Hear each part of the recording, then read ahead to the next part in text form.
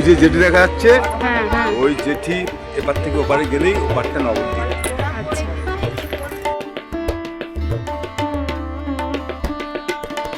পরিবার সহ বাঙালির তীর্থ ভ্রমণ একটি চিরাচরিত ঐতিহ্য, যা মূলত পূর্ণ লাভ, আধ্যাত্মিকতা এবং ভ্রমণের আনন্দকে একসাথে মেলায়। হ্যালো, আমি অনুপ্রিয়া। কেমন আছেন আপনারা সকলে? আশা করছি সবাই সুস্থ আছেন, ভালো আছেন। প্রিন্সেস ফ্যামিলিতে আরও একটা নতুন ব্লগে সবাইকে স্বাগত জানাই। আপনারা আমার সাথে থাকুন আর পুরো ভিডিওটা দেখতে থাকুন। আশা করছি আপনাদের ভালো লাগবে। আমরা সকাল সকাল রেডি হয়ে স্নান খাওয়া করে বেরিয়ে পড়েছি। আমরা যাচ্ছি মায়াপুর, আর এখন স্টেশন চলে এসেছি। যাচ্ছি আমি, বাবা, মা, পিসিমণি, দিদিমা আর আমার মা বোন। মায়াপুর যাওয়ার ইচ্ছে অনেক দিন আগে থেকেই ছিল, কিন্তু এটা হঠাৎ করেই ঠিক হয়েছিল। দিদিমা সকাল 6টার মধ্যে আমাদের বাড়ি চলে এসেছিল আর স্টেশন পর্যন্ত আমাদের সাথেই গিয়েছিল। আর মা, বোন, পিসিমণি একেবারে স্টেশনে গিয়েই আমাদের সাথে মিট করে নিয়েছিল। আপনারা যারা আমার ভিডিও রোজ দেখেন তারা তো জেনে থাকবেন, আমার বাড়ি থেকে স্টেশন প্রায় 1 ঘন্টা, পৌনে 1 ঘন্টার পথ। মথুরাপুর স্টেশন থেকে আমাদের ট্রেন ছিল সকাল 10:30। আর দেখতেই পাচ্ছেন ট্রেন মোটামুটি ফাঁকাই ছিল। আর এতক্ষণে আমরা শিয়ালদা পৌঁছে গেছি। আর শিয়ালদা থেকে আমাদের ট্রেন ছিল ওই কৃষ্ণনগর লোকালে 1:20 নাগাদ। শিয়ালদা থেকে কৃষ্ণনগর পর্যন্ত প্রায় 3 ঘন্টার পথ। আমি আর মা দুজন পাশাপাশি বসেছিলাম, আর গল্প করতে করতে কিভাবেই যে 3 ঘন্টা কেটে গেল বুঝতেই পারলাম না। কৃষ্ণনগর স্টেশনে নেমে গেছি। কৃষ্ণনগর স্টেশন থেকে আপনাকে যেতে হবে হুলোরঘাট। সেখানে ওই লঞ্চ পার হলেই পৌঁছে যাবেন মায়াপুরে।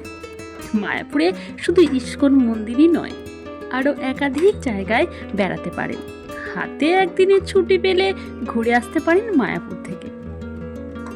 আর যদি 2-3 দিন সময় পান তাহলে তো খুবই ভালো হয়।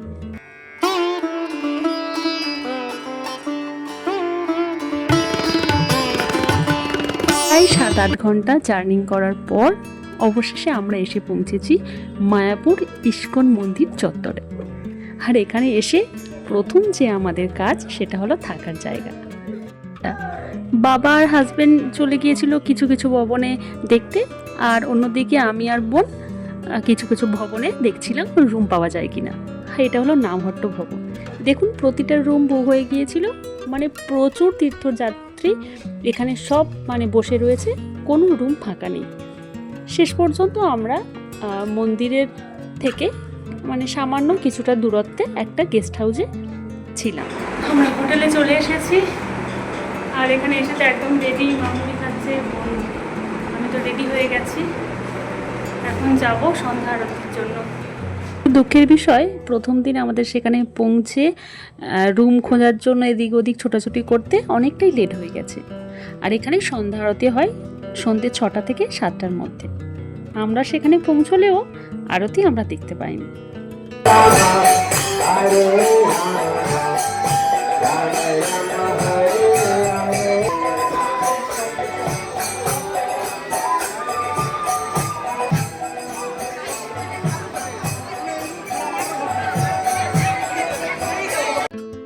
সন্ধ্যা আরতি দেখতে না পেলেও আমরা মন্দিরের মধ্যে প্রবেশ করে ভগবানকে দর্শন করেছিলাম।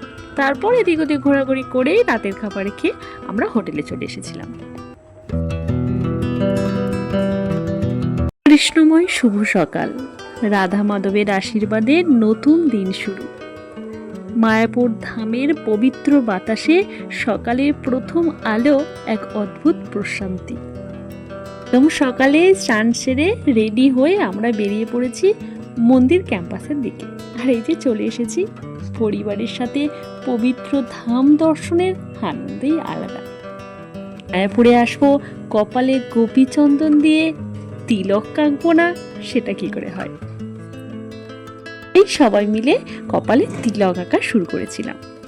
মায়াপুরের তিলক ধারণ হলো গৌড়ীয় বৈষ্ণব ঐতিহ্যের একটি পবিত্র দৈনিক আচার, যা সাধারণত দ্বারকা বা মায়াপুরের গোপীচন্দন দিয়ে কপালে ইউ আকৃতির তিলক ধারণ করা হয়। এটি অত্যন্ত পবিত্র ও ভক্তিপূর্ণ একটি আচার। এটি মানুষের মনে করায় যে সে কৃষ্ণের সেবক। এবং এটি অশুভ শক্তির থেকে রক্ষা করে। ভক্তি, প্রেম আর ভালোবাসার মিলনস্থল শ্রীধাম মায়াপুর। এই পরিবেশে আসলে আপনিও এই মায়াপুরের মায়ায় পড়ে যাবেন। হলো মায়াপুরের ইস্কন মন্দির। এটি এখনো সম্পূর্ণ হয়নি। বাবা বলছিল প্রায় 15 থেকে 20 বছর ধরেই এর কাজ চলছে। মায়াপুরে এসে বাইরে খাওয়া সেটা একদমই বোকামি হবে। তাই ইস্কনের যে বিভিন্ন ভবনগুলি রয়েছে সেখানেই খেতে পারেন, তবে আগে থেকেই টিকিটটা সংগ্রহ করে নিতে হবে। তবে এখানে বিভিন্ন দামের প্রসাদ আপনি পেয়ে যাবেন। প্রতিদিন প্রায় হাজার হাজার মানুষ সেই অন্নপ্রসাদ গ্রহণ করেন। মায়াপুর ভ্রমণে গেলেই প্রথমেই যে জায়গায় সকলে হাজির হন তা হলো ইস্কন চন্দ্রোদয় মন্দির। ইস্কনের প্রতিষ্ঠাতা শ্রী প্রভুপাদের পুষ্প সমাধি ইস্কন মন্দির। এখানে ইস্কন অর্থাৎ আন্তর্জাতিক কৃষ্ণ ভবামৃত সংঘ প্রতিষ্ঠিত এবং নির্মাণাধীন চন্দ্রোদয় মন্দির আছে। এই মন্দিরের অধিকাংশই সেবক পাশ্চাত্য দেশ হতে আগত, যারা ইউরোপ এবং আমেরিকার নানা দেশ থেকে এসে সনাতন ধর্ম গ্রহণ করেছেন। এই মন্দিরে প্রবেশের আগে সকলকেই স্বাভাবিকভাবে একটা জায়গায় জুতো খুলে জমা রেখে দিয়ে যেতে হবে, আর সাথে সাথে মোবাইল ফোনও জমা রেখে যেতে হবে। তাই মন্দিরটির ভেতরে কোনো ফটোগ্রাফি শেয়ার করতে পারলাম না। তবে এই মন্দিরের উপরে 15 টাকার টিকিট মূল্যে আপনি দেখতে পাবেন শ্রী প্রভুপাদের নানান স্মৃতি সমাধি। এরপর আমরা এগিয়ে চললাম গোশালার দিকে। রাস্তা ধরে কিছুটা হাঁটার পর দেখলাম এই ডিজিটাল তারামণ্ডলটি। এখানে অনেক 3D শো দেখা যায়।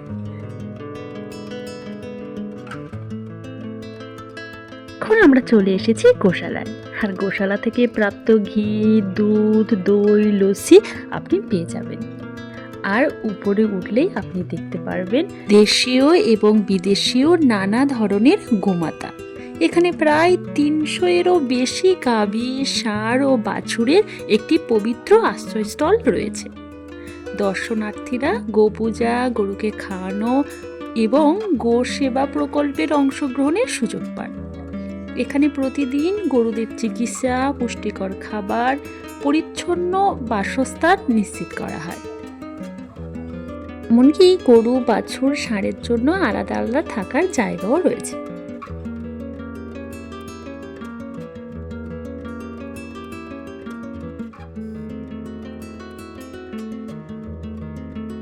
নম্বর গেট দিয়ে প্রবেশ করার পর আপনি দেখতে পারবেন অখণ্ড হরিনাম সংকীর্তনের স্থান। এখানে সব সময় হরিনাম চলতে থাকে। বহু মানুষ এখানে বসে হরিনাম সংকীর্তন শুনছে। আমরাও তাই বেশ কিছুক্ষণ দাঁড়িয়েছিলাম, তারপর আবার হাঁটা শুরু করেছিলাম। রাস্তার আশেপাশে অনেক ছোট ছোট মন্দির এবং দোকানপাট রয়েছে। আপনারা চাইলেই আপনাদের পছন্দ মতো কেনাকাটা আপনারা করতে পারেন। তারপর আমরা ওখান থেকে চলে গিয়েছিলাম গঙ্গার ঘাটে। মায়াপুর ভাগীরথী নদীর তীরে অবস্থিত, আর ভাগীরথী গঙ্গার একটি শাখা। এই মায়াপুর থেকে আপনি যদি নবদ্বীপে যান তাহলে ভাগীরথী এবং জলঙ্গির মিলনস্থল দেখতে পাবেন। ওই যে জেটি দেখা যাচ্ছে, ওই জেটি এপার থেকে ওপারে গেলেই ওপারটা নবদ্বীপ।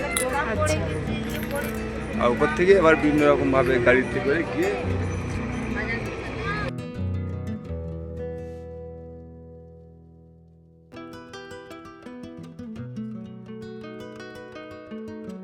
পর আমরা সোজা চলে এসেছিলাম দুপুরের অন্নপ্রসাদ খাওয়ার জন্য। আমরা গদা ভবন থেকে কুপন সংগ্রহ করেছিলাম, তাই সেখানেই লাইন দিয়ে দাঁড়িয়েছিলাম। গদা ভবনে দুপুরের খাবারের মহাপ্রসাদের চমৎকার ব্যবস্থা রয়েছে। এখানে সাধারণ ভক্ত ও দর্শনার্থীদের জন্য সুস্বাদু নিরামিষ প্রসাদ পরিবেশন করা হয়। তবে কুপন সংগ্রহ করতে হবে আপনাকে সকাল 7টা থেকে 11টার মধ্যে, আর খাবার সময় 1:15 থেকে। আমাদের মেনুতে ছিল ভাত, ডাল, এঁচোড়ের তরকারি, বেগুনি, পনির সবজি দিয়ে একটা তরকারি, পায়েস, একটা রুটি। একসাথে প্রায় কয়েক হাজার মানুষ বসে খেতে পারবেন। তবে বয়স্কদের জন্যও রয়েছে টেবিল চেয়ারের ব্যবস্থা। তারপর আমরা কিছুটা সময় রুমে এসে বিশ্রাম নিয়ে পরে রেডি হয়ে বিকেল বেরিয়ে পড়েছিলাম। যেহেতু কতদিন আমাদের সন্ধ্যা আরতি দেখা হয়নি, তাই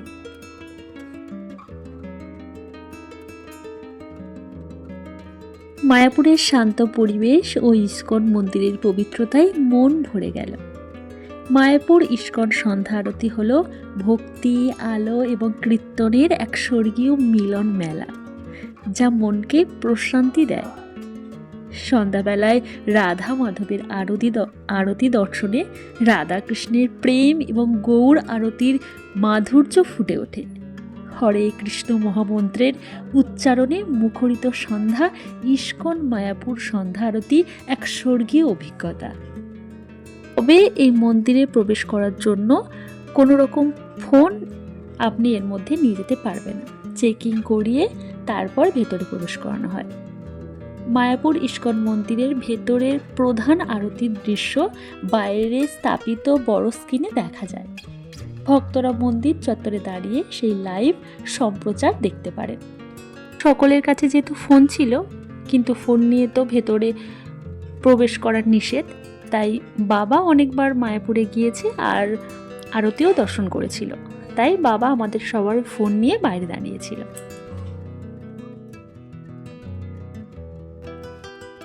মায়াপুরে আমাদের আজ শেষ রাত, তাই খাওয়া দাওয়া সেরে এখন আমরা রুমের দিকে রওনা দিয়েছি।